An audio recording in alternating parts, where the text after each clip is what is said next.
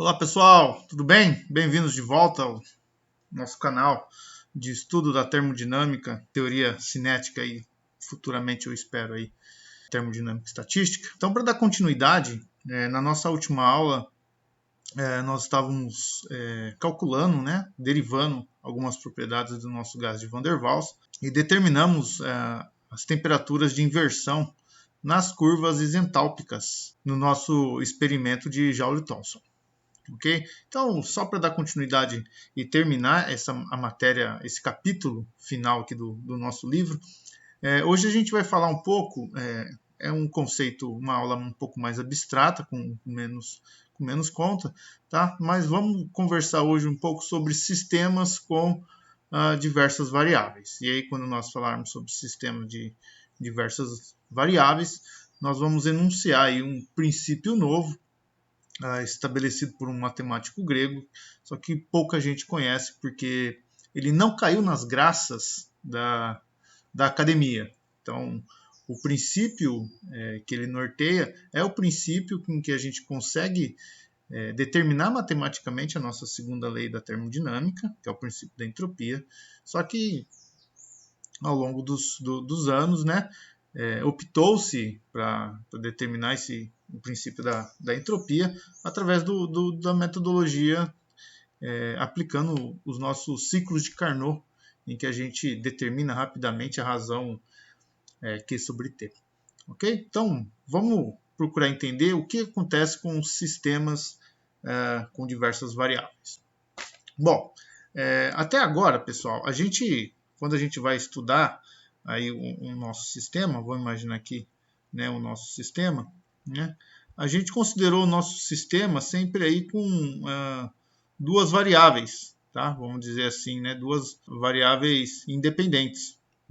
Então, vamos imaginar aqui que o nosso sistema ele tenha como variáveis independentes a minha pressão e a minha temperatura, ok?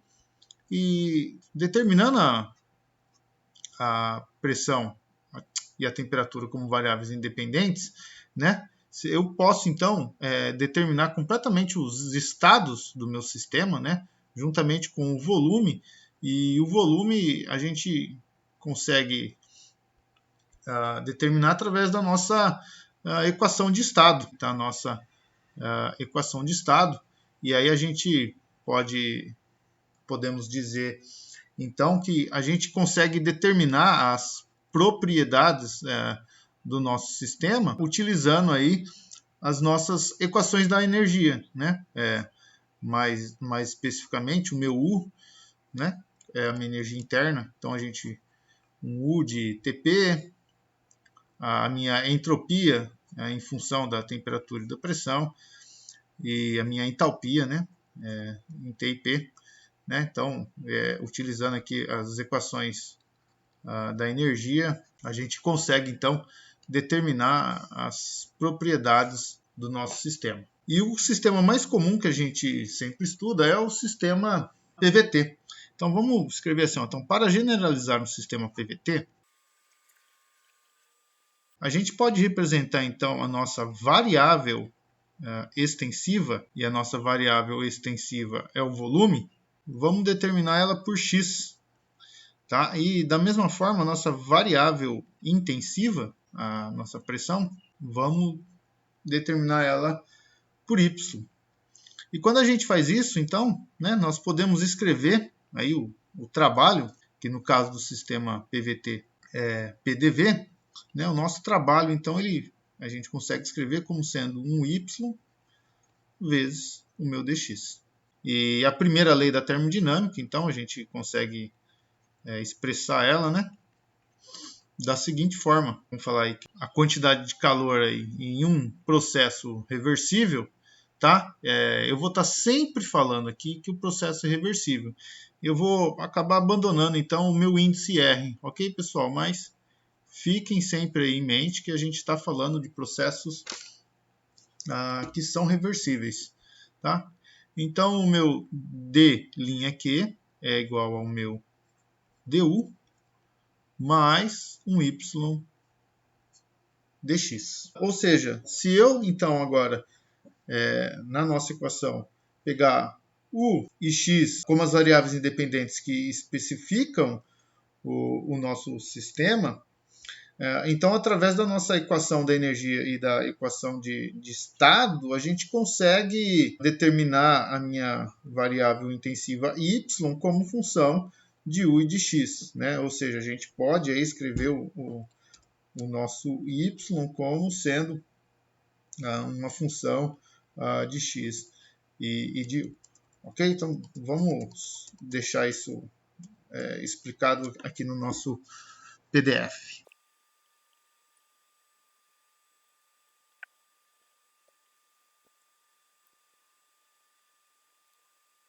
Ok? Então, é isso aí que eu tinha acabado de dizer. Então, se a gente tomar o x como as variáveis independentes que especificam o estado, a gente consegue escrever u, quer dizer, a gente consegue escrever y como em função, né, de u e de x.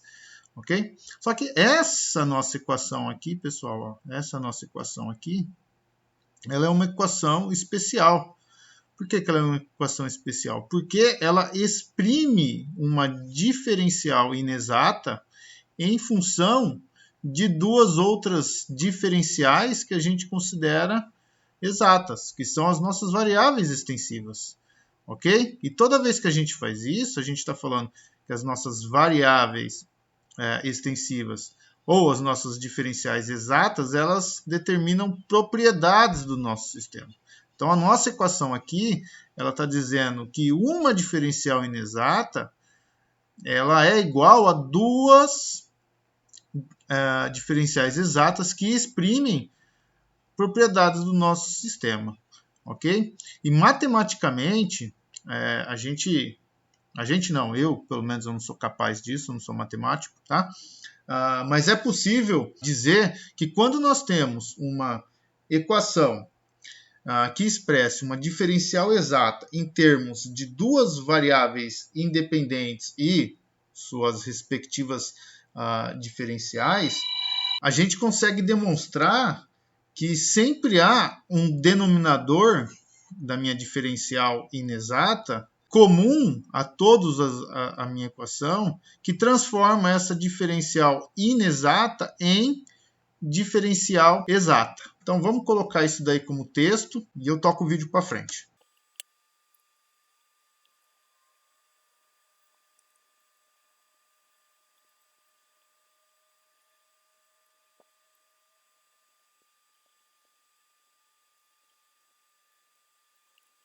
Certo, pessoal? Então, nós temos que matematicamente pode ser demonstrado que qualquer equação que expresse uma diferencial inexata, então, por exemplo, está aqui, né, o nosso caso, que é a nossa primeira lei da termodinâmica, em termos de duas variáveis independentes e suas diferenciais, sempre há um denominador de integração, tá? Então, sempre vai haver um denominador de integração e que, quando a equação, ou seja, quando essa equação aqui, ela é dividida por esse denominador, o primeiro termo passa a se tornar uma diferencial exata, tá? Então, deve existir alguma variável em que, se eu pegar a minha primeira lei da termodinâmica e dividir por essa variável aqui, certo? Esse cara aqui vai ficar como sendo uma diferencial exata. E nós já sabemos isso na termodinâmica. Nós já vimos que quando eu tenho o meu D'(Q) aí, num processo reversível, ok? Dividido por T, essa minha diferencial inexata, ela passa a se tornar uma diferencial exata, que é um ds. E esse ds também é uma propriedade do sistema e uma diferencial exata. Ok? Então vamos escrever isso daí. Porém, nós já conhecemos esse denominador de integração. Então, para um sistema PVT, né, nós temos que o D'(Q) sobre T ele é igual a um ds, que é a nossa entropia, e, portanto, a nossa primeira lei da termodinâmica, que seria du sobre T mais y dx sobre T, ou a gente pode expressar a nossa equação TdS, que é igual a du mais um y dx. Ok? Então, nós sabemos aí que existe, então, esse denominador de integração, no caso do sistema PVT, é a nossa temperatura. Ok? Mas, pô, professor, legal, isso daí você já tinha cansado de dizer, nós já sabíamos. Por que o senhor está falando isso tudo de novo? Bom, isso que eu estou falando tudo de novo é só para relembrar, em termos matemáticos, o que a gente tem feito. E a gente tem feito isso para um sistema com duas variáveis. Tá? E aí eu pergunto, e se o nosso sistema agora passar a ter mais do que duas variáveis? Por exemplo, passar a ter três variáveis. Vamos imaginar que nós tenhamos, por exemplo, um gás paramagnético, que além de uma expansão volumétrica, um gás paramagnético pode ter, ele pode ter também alteração no seu momento magnético, né? E o momento magnético ele é uma variável termodinâmica. Se o meu momento magnético estiver variando, esse meu novo sistema ele nunca vai estar em equilíbrio termodinâmico, ok? O nosso sistema só entra em equilíbrio termodinâmico quando as nossas variáveis elas tornam-se constantes, né? Elas tornam-se em equilíbrio, certo? Não apenas a temperatura. Quando a temperatura está em equilíbrio, a gente diz que o sistema está em equilíbrio térmico, não em equilíbrio termodinâmico. Então, como é que ficariam as nossas equações, ou, por exemplo, a nossa equação, essa daqui, né, TdS igual a du mais y dx, se nós tivéssemos mais do que uma variável termodinâmica? Okay? Então, vamos pensar, né? O livro ele traz um exemplo para um gás paramagnético. Tá? Então, vamos colocar aqui. Ó, considere um sistema com três variáveis independentes. Então, o nosso sistema agora, vamos falar assim, né, que ele vai ser composto aí, vamos falar, por um gás paramagnético, ok? E esse meu gás paramagnético agora, né, o estado dele, ele vai ser descrito pelo volume, pelo momento magnético e a temperatura do nosso sistema, ok? E o trabalho, né, de expansão desse nosso gás paramagnético, né, então, o trabalho d'W, então, ele é dado por d'W, que é igual a P dV menos H dm. Ok? Isso daqui é um H estilizado. Poxa, professor, mas da onde veio esse termo, né?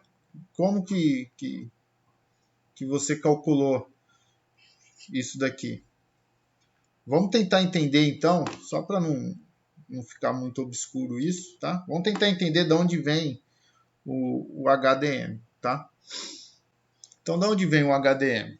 Bom, vamos imaginar que nós tenhamos aí um bastão, tá? De um material paramagnético, sei lá, ou magnético, o que for, com alguma propriedade magnética, tá? E esse bastão aí, ele tem aí uma seção transversal A, e ele é envolto por uma bobina, tá? Então tem aqui uma bobina passando sobre ele, e obviamente essa bobina ela é ligada, né, em uma fonte de corrente, tá? E o meu bastão ainda ele tem um comprimento L. Vou colocar aqui um comprimento L, tá? Então, como a minha corrente ela é ligada em uma fonte de tensão, tá passando aqui uma corrente I, né, ao longo de toda a minha bobina, tá? Então ela vem aqui, ela vai fazendo isso daqui, né? Ok? E conforme a minha corrente passa, né, gera-se um fluxo magnético, um vetor B, dentro do meu material. certo? E esse fluxo magnético ele é diretamente proporcional à intensidade dessa corrente, ok? Então, vamos colocar aqui a densidade de fluxo, tá? Então a gente pode falar que o meu fluxo ele é igual a B vezes A, certo? E de tal forma, né, se a minha corrente ela tiver em uma fonte de tensão não contínua, ou seja, uma tensão alternada, de tal forma que essa corrente varie, né, com o tempo, esse fluxo ele vai variar também, né? Então, quando a corrente, vamos falar assim, ó, quando a corrente ela varia em DI no intervalo dt, quando a corrente varia, né, de DI no intervalo de tempo dt, aparece uma força eletromotriz induzida na minha bobina, né, de tal forma que essa força eletromotriz induzida tende a diminuir o campo, ok? E essa força eletromotriz induzida, né, a gente consegue calcular ela, né? A nossa força eletromotriz, vamos chamar de E, ela é dada por menos N, que é N vezes a volta de uma única bobina, né? Do fluxo dφ dt. Então, isso é menos N, D, que é B vezes a dt. Então, a minha força eletromotriz induzida é menos N vezes A de um dBdt, né? Que está, então, variando aqui o meu campo B, meu campo magnético, certo? E a potência da minha corrente, né? E podemos expressar o DI, né? Então, a gente consegue expressar o DI. E podemos determinar, né, a minha potência, então. A gente sabe que é o trabalho por unidade de tempo, né? Então, a gente consegue escrever que P dt ele é igual ao meu trabalho. Então, está aqui já, né, o termo da onde vai vir o nosso trabalho que a gente colocou ali na nossa equação. Tá? Então, o meu trabalho, a minha potência é a minha força eletromotriz vezes a corrente, né? Se a gente lembrar do curso de eletromagnetismo. Então, é o EI dt. E aí, a gente consegue, então, substituindo, né, a nossa força eletromotriz na nossa equação do trabalho. Tá? Então, o meu trabalho ele vai ser dado por menos NA dB dt vezes o meu I dt. Ok? Então, a gente pode cancelar os meus dt e o meu trabalho ele vai ser menos N vezes A de I dB. Agora, o que a gente tem que fazer é lembrar qual é a dependência da minha corrente com o meu número de espiras. Tá? A gente consegue colocar essa dependência quando a gente lembra do vetor intensidade magnética. Tá? Então, a intensidade magnética, então a gente pode expressar aí a nossa intensidade magnética H como sendo a densidade dessa espira, ou seja, o número de voltas que ela tem ao longo de um comprimento, vezes a minha corrente. Ok? E aí, se eu substituir, tá? Substituindo o I na equação dW, a gente consegue escrever, então, que o meu trabalho é menos NA vezes o meu LH, está aqui o meu I, vezes dB. Ok? Bom, Mas ainda falta trabalhar um pouco para a gente chegar naquela equação. Tá? Por quê? Porque naquela equação a gente, por exemplo, não tem o nosso dB. Então a gente tem que dar um jeito de buscar o dB. Tá? E no magnetismo, a gente tem uma relação que expressa a intensidade magnética com o campo magnético. Tá? Então podemos relacionar B e H, uma vez que B ele é dado, vamos falar em μ0. Essa é a permissividade magnética do meio, tá? Eu estou colocando zero, imaginando no vácuo, tá? Que é igual ao H mais um Mzinho, tá? Onde um Mzinho é aí a magnetização por unidade de volume, ou o momento magnético por unidade de volume. Certo? Então, se eu posso escrever o meu B desse jeito, eu vou ter então que o meu dB é um μ0 dH mais um μ0 dmzinho. Ok? E aí, então, é só eu substituir agora o dB na minha equação dW. Tá? Vamos colocar aqui substituindo no trabalho. Então, o nosso dW ele é menos NA vezes LH, que multiplica μ0 dH mais μ0 dm. Ok? Então, isso daqui vai ser menos N.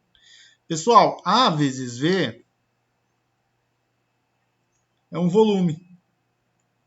Ok? No nosso caso aqui, é o volume do meu bastão. Tá?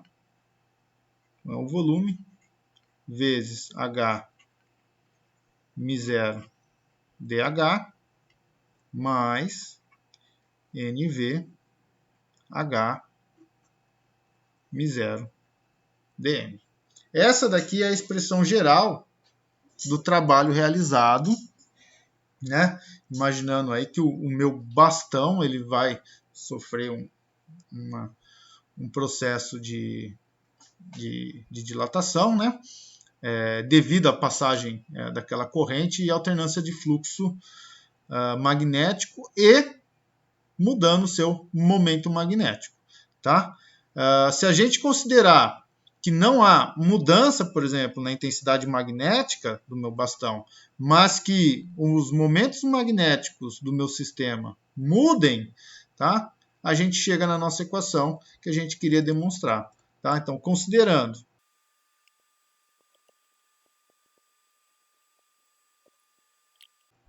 Ô, pessoal, aqui é um sinal de menos, né? Desculpa. Então, se a gente considerar que só o estado magnético do meu sistema, ou seja, o meu momento magnético vai ter uma variação diferente de zero, tá? A gente pode escrever, então, que o meu dW ele vai ser menos NV μ0 dm. Tá? Então, o meu dW, a gente pode escrever que é menos o meu H dm, tá? Onde o meu dm ele é um μ0V dmzinho. Ok? Então, a gente chegou no termo HDM, tá? Só para vocês compreenderem. Para um sistema termodinâmico, pensando aí em um gás paramagnético, a gente vai ter, além da contração do volume do meu gás, da contração ou expansão do meu volume do gás, a gente vai ter ainda um trabalho relacionado à magnetização do meu momento magnético do gás. Ok? Então, assim, o trabalho em um processo reversível para um gás paramagnético. Então, é um PDV menos um HDM.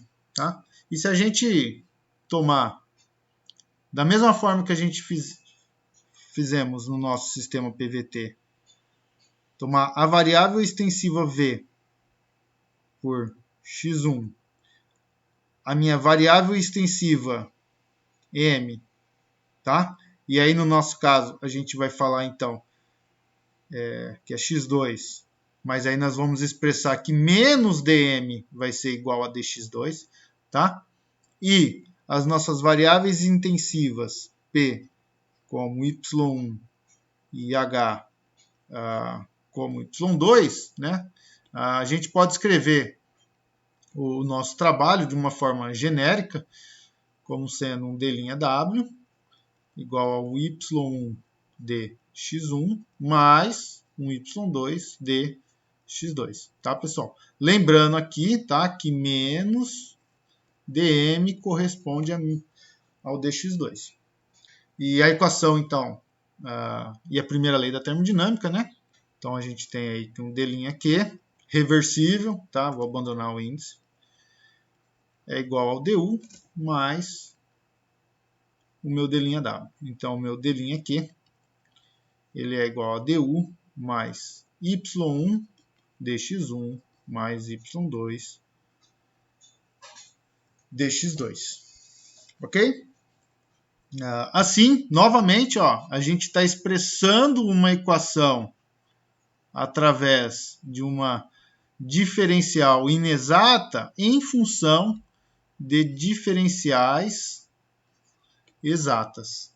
E aí, matematicamente, será que é possível ter um denominador de integração quando eu dividir tudo isso daqui por esse denominador, torne esse cara uma diferencial exata? Matematicamente, isso pode ou não pode acontecer.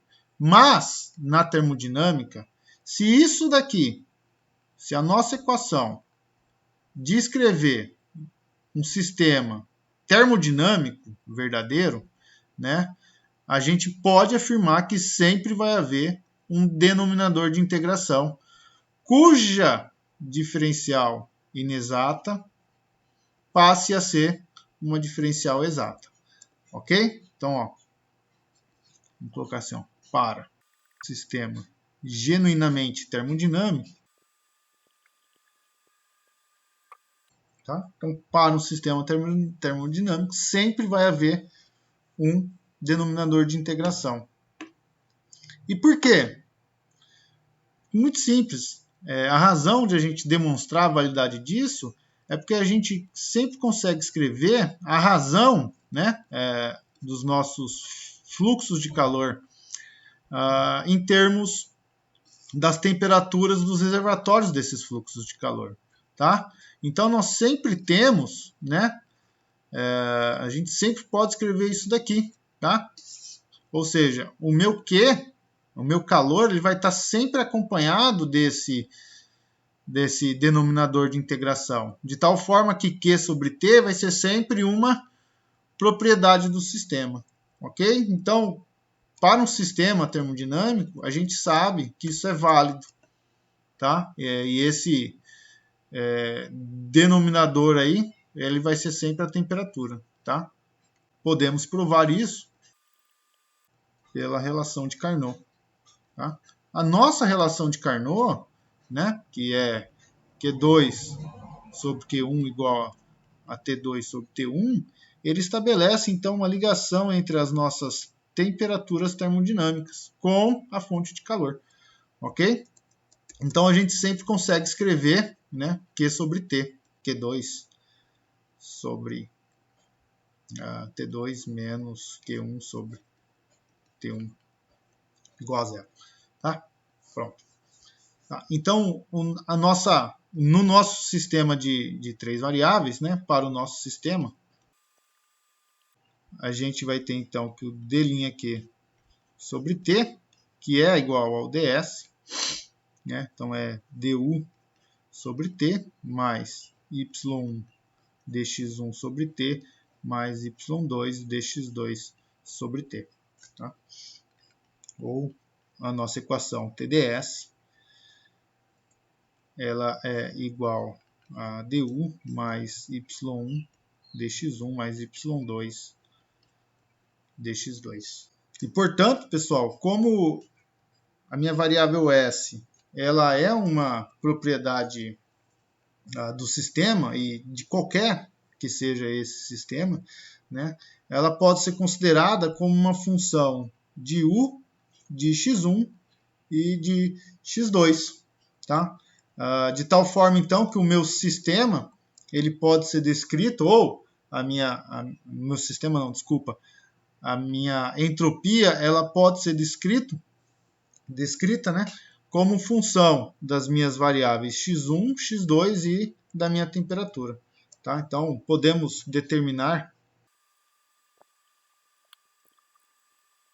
Então, a gente pode escrever que o S ele é uma função aí da temperatura de x1 e de x2. Ok?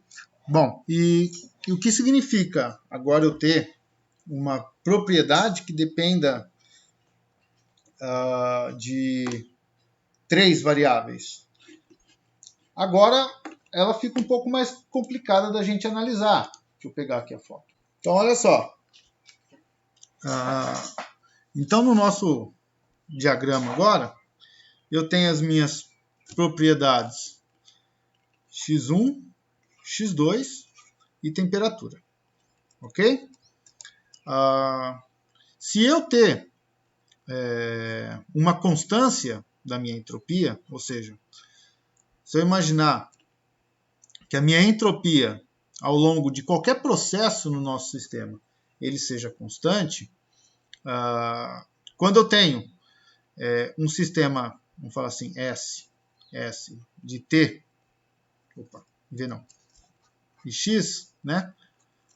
Nós temos uma curva, nós temos uma superfície, certo? Nós temos aqui uma superfície cuja curva me dá todos os pontos em que o meu S ele é constante, ok? Ou mais especificamente, se eu colocar aqui S como função de T, né, eu tenho aqui então essa curva que seria para todos os pontos aqui, eu tenho um sistema isoentrópico, né, a mesma entropia. Tá? Então, quando eu tenho duas variáveis, tá, eu tenho uma curva. Agora, quando eu tenho 3 variáveis, né, eu deixo de ter uma curva nos processos isentrópicos, né, e passo a ter agora, então, por exemplo, uma superfície. E essa superfície aqui é essa superfície S1. Tá? Então, para todos esses pontos na minha superfície S1, eu vou ter o mesmo valor na minha entropia. Tá? Então, aqui, ó, eu tenho uma superfície isoentrópica. Ok? Tá?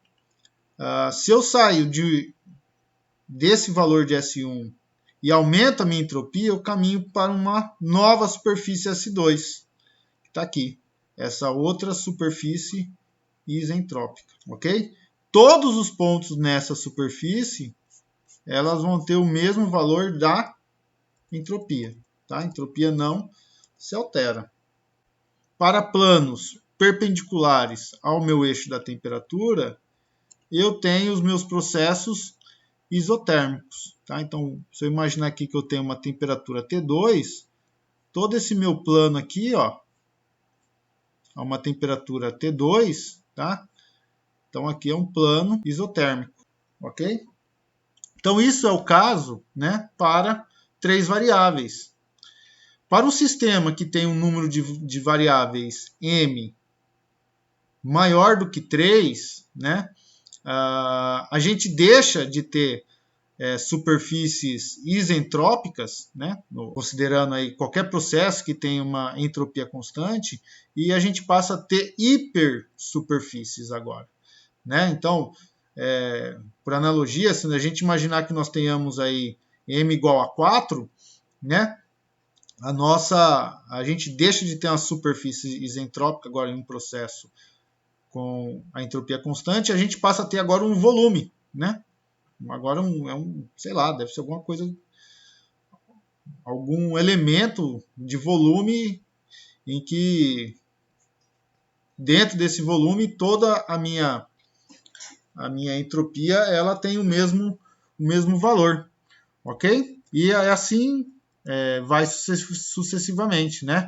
Essas hipersuperfícies, né, elas vão ter uma dimensão aí, né, m-1, né, se a gente parar para pensar.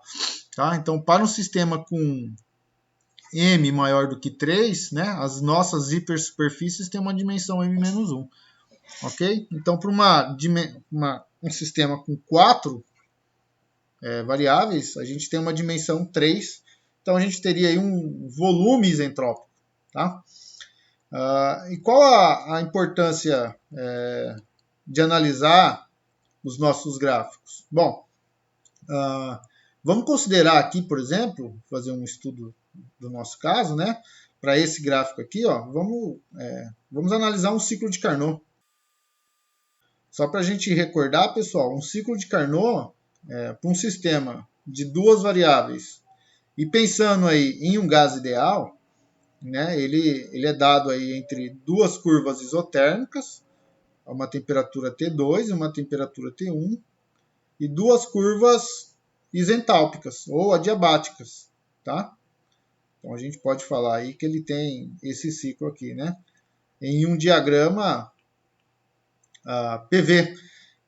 Se a gente passar isso para um diagrama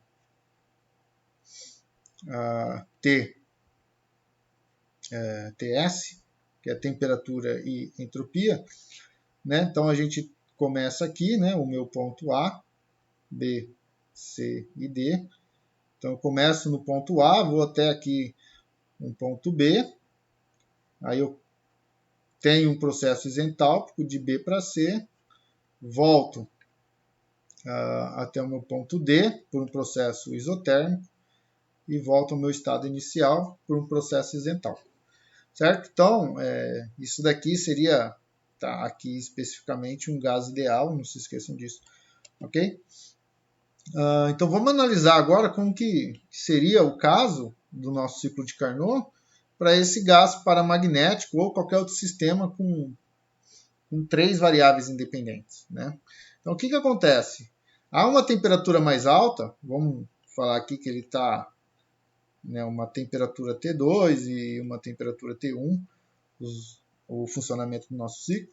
Então, a uma temperatura T2, o meu sistema ele pode sair tanto do meu ponto A1, quanto do meu ponto A2, quanto do meu ponto A3. Ok? Todos esses pontos eles estão à mesma temperatura. Tá? Assim como ele poderia sair de um ponto aqui, tá? Vamos imaginar que um ponto aqui A4, só que nesse meu ponto A4 eu não estaria com a minha entropia S1, ok? Então, como a gente está considerando que a entropia inicial do sistema é S1, os únicos pontos que eles podem sair e que estão demonstrados no nosso gráfico seria A1, A2 ou A3, tá? Então, sair de A1 e caminhar para A2 é a mesma coisa que você sair de A2 e caminhar para B2 ou sair de A3 e caminhar para B3. Então, a nossa primeira etapa, que é de A para B, é essa curva aqui, de A para B. Depois, para o nosso sistema, para o nosso processo isentálpico, né? Se ele caminhou do B2, que é esse, para o B2, que é esse ponto aqui, ele pode muito bem vir até o C3, como ele pode vir para o C2 ou como ele pode vir para o C1, que são todos os pontos que estão agora aqui a uma temperatura T1, que é o meu plano de baixo da minha superfície. Ok? E não tem diferença alguma. E da mesma forma que ele poderia sair de B2, né, não tem diferença se ele saísse de B3 ou de B1. Por quê? Porque B1 e B3 eles estão à mesma temperatura T2 e na mesma entropia. Ok? Então não há diferença. E o legal disso, pessoal, é que se a gente parar para analisar, nós temos uma característica especial dos meus pontos A1, A2, A3, B1, B2 e B3. Que esses pontos, além de eles serem todos isotérmicos, pontos de uma mesma temperatura, eles são também pontos isentálpicos, quer dizer, isentrópicos. Então, além de serem todos a temperatura constante, eles são também pontos com uma mesma entropia. E isso a gente não tem no caso bidimensional, para duas variáveis apenas. Ok? Então, quando ele sai, vamos falar de B2 e vai agora aqui para C3, ele está fazendo esse caminho aqui agora, que é de B para C. Ok? É um processo isentrópico. Ok? E aí depois é o mesmo caso, ele tem que voltar agora.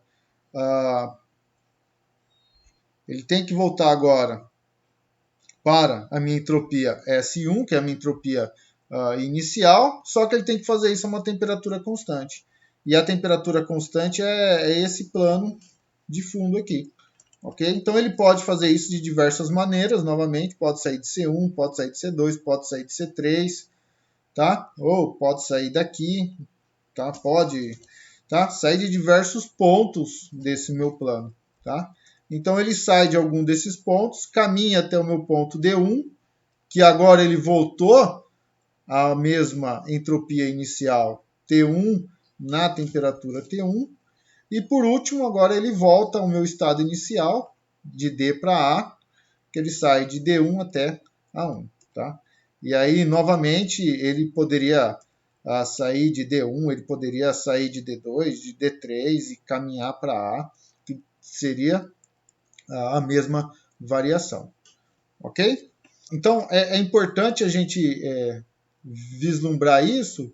Por quê? Porque quando a gente vai calcular a variação do calor, por exemplo, para o caso bidimensional, né, nós temos que o meu ΔS, a variação da minha entropia, corresponde ao calor dividido pela temperatura. Ou seja, se eu pegar então aqui entre os meus pontos A e B, eu teria o meu SB menos o meu SA, né, que é igual a Q, né, vou fazer direito. Então eu teria aqui o meu SB menos SA, né, multiplicado pela temperatura que está ocorrendo no meu processo isotérmico, corresponderia ao meu fluxo de calor. Ok? Para o meu caso hiperdimensional, essa conta aqui não muda. É o mesmo valor. Por quê? Porque eu estou saindo de uma superfície S1, indo para uma superfície S2, ao longo de uma temperatura constante. Então, para esse caso aqui, também vale a conta, tá? SB menos SA vezes a temperatura. Ou seja, é exatamente igual. Ok? Então, qualquer um dos processos cíclicos em que a gente consegue descrever nesse diagrama aqui, a gente consegue representar ele dessa forma aqui, que é o caso de duas variáveis independentes. Tá? Isso é um aspecto interessante que nós temos que ter sempre em mente. Tudo isso é importante por quê? Bom, quando a gente começou a falar da nossa entropia, né, eu lembro que eu disse para vocês que se um sistema ele está em um grau máximo de entropia, ele não pode evoluir para nenhum outro lugar. Por quê? Porque se ele já está no grau máximo, a entropia dele não pode aumentar, e por lei da nossa segunda lei da termodinâmica, a entropia do sistema ele nunca diminui. Porém, se ele não estiver em um grau máximo, né, e aí eu vou deixar aqui a lembrança de como eu falei isso. Bom, então não ocorrem processos nos quais a entropia de um sistema isolado diminua. Em qualquer processo que tenha lugar em um sistema isolado, a entropia do sistema ou aumenta ou permanece constante. Ok? Então isso nos diz, por exemplo, se eu tiver um sistema em um grau de entropia máximo, esse sistema ele não vai poder evoluir para qualquer outro estado. Né? Por quê? Porque a minha entropia ela tem que sempre que aumentar ou permanecer constante. Se eu estou em um estado de entropia máximo, para qualquer outro estado que ele evolua, ele vai para um estado de entropia inferior. E isso faria com que o meu sistema diminuísse a sua entropia. Então tá aí, eu disse mesmo isso. Então, se ele não está no grau máximo, ele só pode evoluir para um estado em que a entropia dele aumente. Ok? E esses estados em que a minha entropia só vai aumentar vão ser sempre estados que vão estar à direita da minha superfície. Ok? Vão estar do mesmo lado da minha superfície. Se eu imaginar que eu tenha um sistema de duas variáveis, ok? Que eu tenho aqui um sistema isentrópico, a minha entropia, o meu estado, ele nunca vai poder sair desse ponto e caminhar para cá. Por quê? Porque se ele faz isso, ele está vindo para um estado de energia, ou um estado entrópico, desculpa, menor. E ele não pode fazer isso. O único caminho possível que ele pode fazer é aumentar a sua entropia, ou seja, ele tem que ir para um estado vizinho de entropia maior, ok? E isso para um sistema de N variáveis, tá? Vai corresponder a sempre as nossas superfícies ou hipersuperfícies sempre à direita dos nossos estados iniciais, assim como as curvas à direita dos nossos estados quando consideramos apenas duas variáveis. Legal? E quem demonstrou isso, pessoal, foi um matemático grego chamado Karateodor. Okay? É um nome muito estranho. Eu não sei nem se é essa a forma correta que se pronuncia. Tá? E ele demonstrou isso. Tá? Que se nós temos um sistema, por exemplo, um sistema composto por três variáveis independentes, é possível a gente encontrar um denominador de integração de tal forma que a gente possamos expressar a nossa equação TDS, né, ou essa nossa equação aqui, em termos da nossa propriedade do sistema, que é uma diferencial exata, certo? Ele demonstrou que na vizinhança imediata de cada estado de equilíbrio de um sistema termodinâmico, há outros que não podem ser alcançados. Tá? E a partir desses estados, né, em que ele está em equilíbrio, há tantos outros que podem ser alcançados por um processo adiabático. Ou seja, o que ele falou imaginando lá a nossa curva em duas dimensões, tá, no sistema de duas variáveis, é que eu tenho uma infinidade de estados, tá, em um processo. Vamos imaginar aqui que S é constante, tá? Há uma infinidade de processos em que eu posso aumentar a entropia do meu sistema, tá? Novos processos, em que eu tenho aqui um aumento do meu sistema, mas que há uma infinidade de processos nas quais a minha entropia diminuiria, tá? E isso não é possível. Tá? Então ele demonstrou isso matematicamente, demonstrou matematicamente a possibilidade de estar sempre transformando uma diferencial inexata numa diferencial exata, tá? E o grande mérito matemático da segunda lei da termodinâmica é sempre desse matemático grego chamado Karateodor, tá? E por que a gente nunca ouve falar dele? Como eu disse no início do vídeo, ele não caiu nas graças da academia, né? A teoria dele, o princípio dele, é matematicamente muito robusto para ser demonstrado. Tá?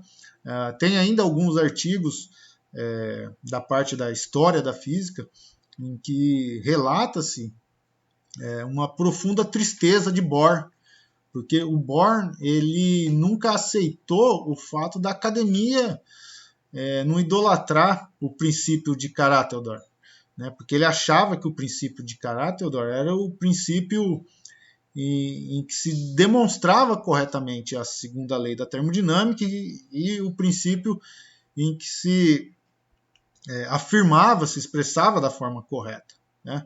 E ele ficava revoltado por todo mundo sempre utilizar o meio de Carnot para sempre chegar no termo da entropia e explicar os conceitos de entropia, certo? Então, o que a aula de hoje era sobre isso, era só ressaltar, né, o que acontece para processos isentrópicos, isotérmicos, para um sistema com mais de duas variáveis independentes, né, e enunciar o princípio de Carat-Theodor, que eu vou deixar aqui agora, que eu já expliquei para vocês.